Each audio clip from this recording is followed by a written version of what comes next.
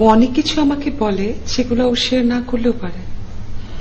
তাহলে সেটা জানার জন্য আমার ডিপার্টমেন্টের ডিগ্রির একটা ছাত্রকে আমি বলেছিলাম ওকে ফলো করতে, যে আসলে হোস্টেলে যাওয়ার কথা বলে হোস্টেলে যাচ্ছে কিনা।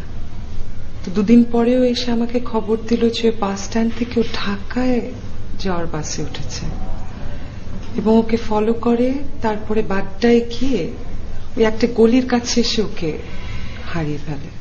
আচ্ছা ম্যাডাম, এমন তো না যে ও লুকিয়ে কোথাও বিয়ে করেছে? না, ও একটা কাপলের সাথে থাকে, আসাদ নাম নিয়ে। তার মানে ও ছদ্মনামে ওখানে থাকে। তাহলে কি ও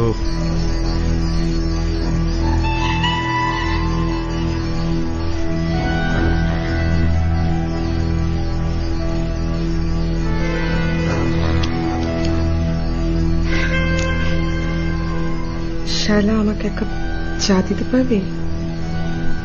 জি অবশ্যই।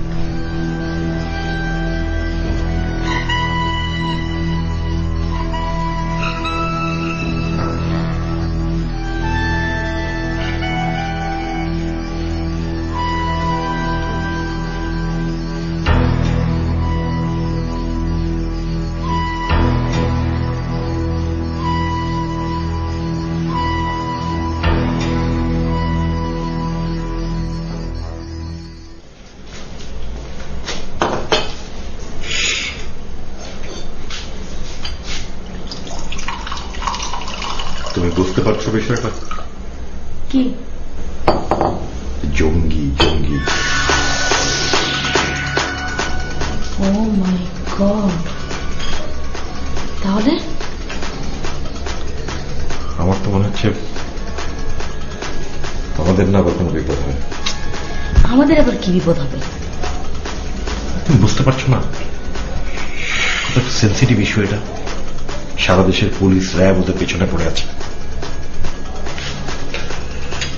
আমার তো মনে হয় মায়া ম্যাডামকে কালকে অন্য কোথাও গিয়ে উঠতে বললে ভালো হয়।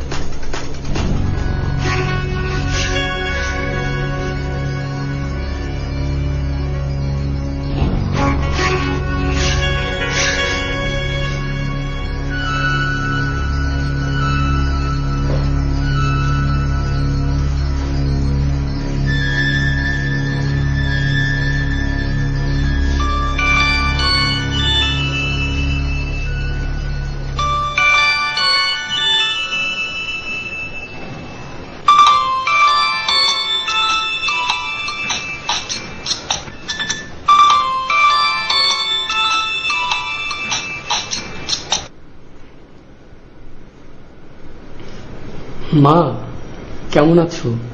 আমি ভালো, তুই কেমন আছিস? এই তো ভালো আছি।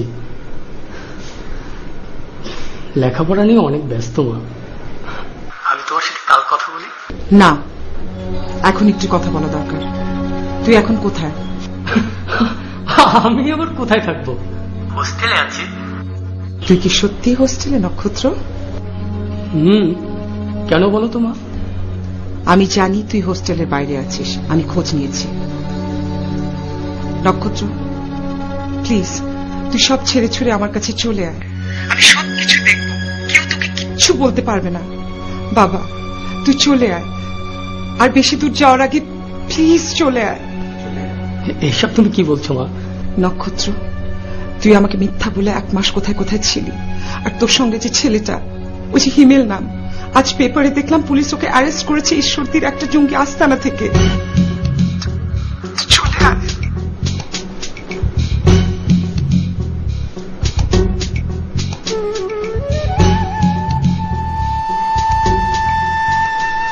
আমি আসলে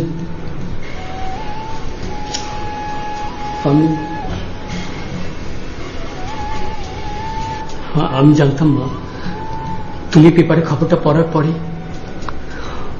আসলে আমি তোমার ফোনটা ভয় করছিলাম। তার মানে আমি যে ধারণা করেছিলাম সেটাই সত্য? হ্যাঁ মা, এখন আর আমার ফেরার কোনো পথ নেই। মৃত্যু আমার শেষ ঠিকানা। সুইসাইড স্কোয়াড, নিচে মরে অনেকগুলো নিরীহ মানুষকে মারবি। এছাড়া সত্য প্রতিষ্ঠা কিভাবে হবে মা? নক্ষত্র, আমি তোর মা বলছি, তুই কোনোদিন আমার অবাধ্য হোসনি। তুই চলে আয়, তুই চাইলেই আমার কাছে চলে আসতে পারবি। আমি তোর থেকে খুব একটা দূরে নেই। চলে আয় বাবা, চলে আয়। আমার গন্তব্য এখন একটাই, আল্লাহর গোলামি। এখন আমি কারো কথা শুনতে পারবো না মা, আমার অনেক তাড়া আছে, আমাকে এখনই বের হতে হবে। নক্ষত্র, ফোন রাখবি না। কিসের তোর তারা? কথা শেষ না করে ফোন রাখবি না নক্ষত্র। মা, হিমেল অ্যারেস্ট হওয়ার পরে আমাদের অনেক বিপদ। ও যদি আমাদের ঠিকানাটা বলে দেয় তাহলে আমরা অ্যারেস্ট হয়ে যাব। আমি রাখছি মা। নক্ষত্র,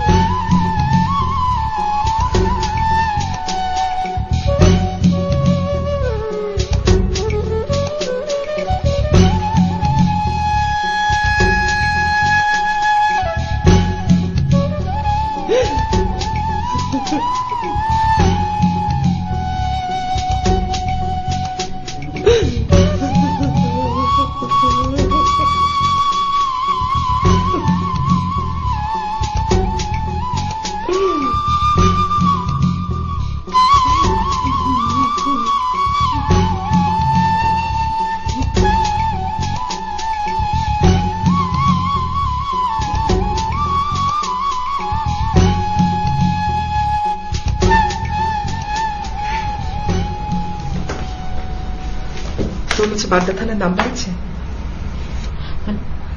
যে কোনো ডায়েরিতে তো আছে। আমি দিচ্ছি।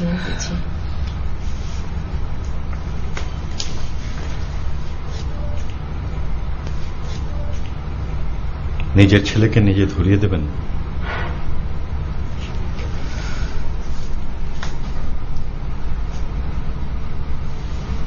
অনেক মার কোল খালি হওয়ার চেয়ে নিজের কোল খালি হওয়া অনেক ভালো না?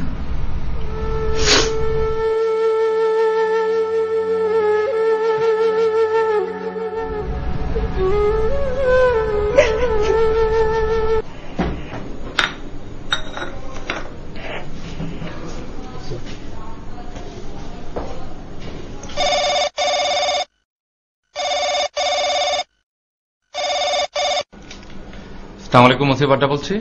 প্লিজ, কে বলছেন?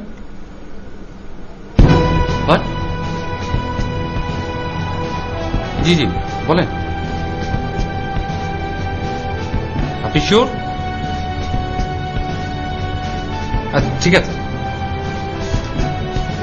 আপনার অ্যাড্রেসটা বলেন তো। Madhya Badda road number, house number. আচ্ছা ঠিক আছে আমি দেখছি।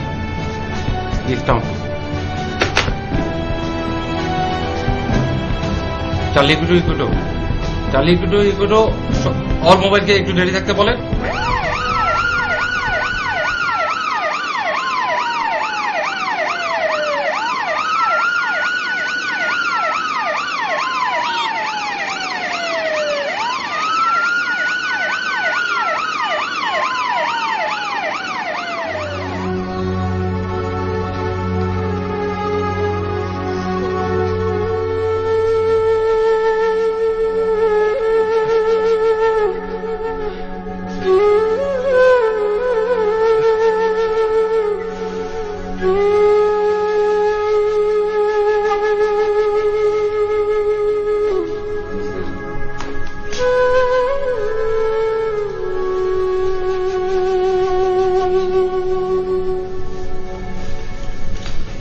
ম্যাডাম,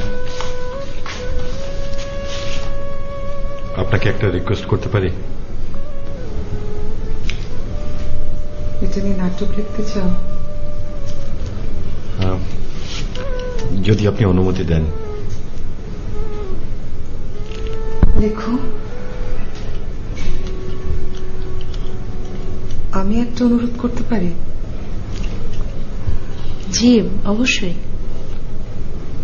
আমি যখন নক্ষত্রের সাথে কথা বলবো তোমরা আমার সামনে থেকো না।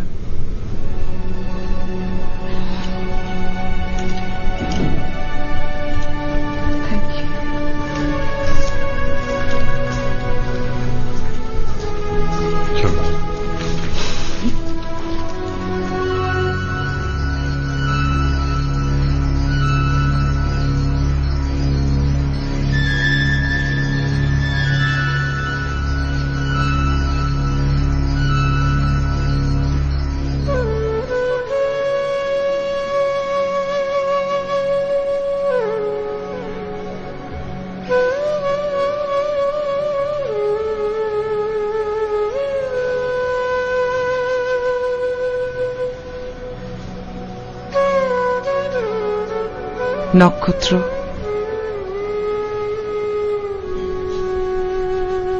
কাছে আয়।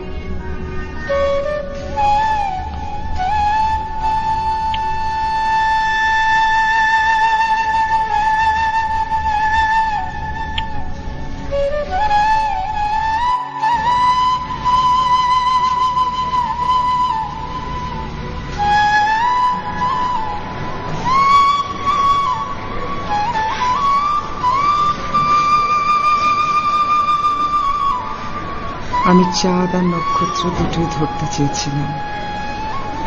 তোর বাবা আমাকে চাঁদ নক্ষত্র দুটোই ধরে এনে দিয়েছিল।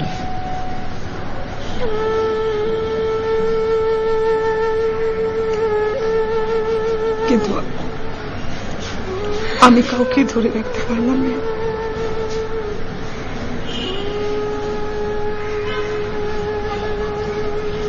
না চাঁদ, না নক্ষত্র।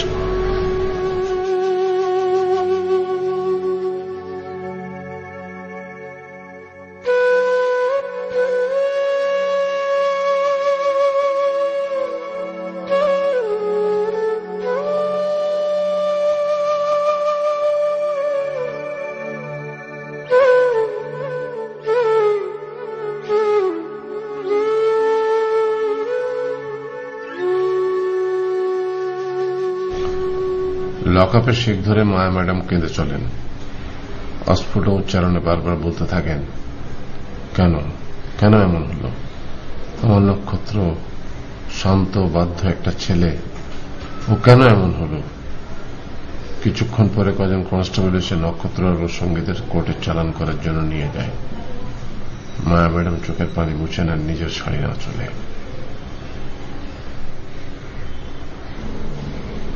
আরেকটু বাকি আছে, শেষ করেন।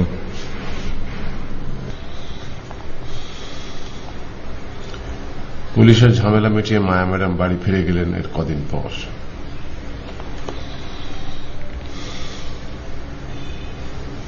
এই নাটক লিখেছ কেন?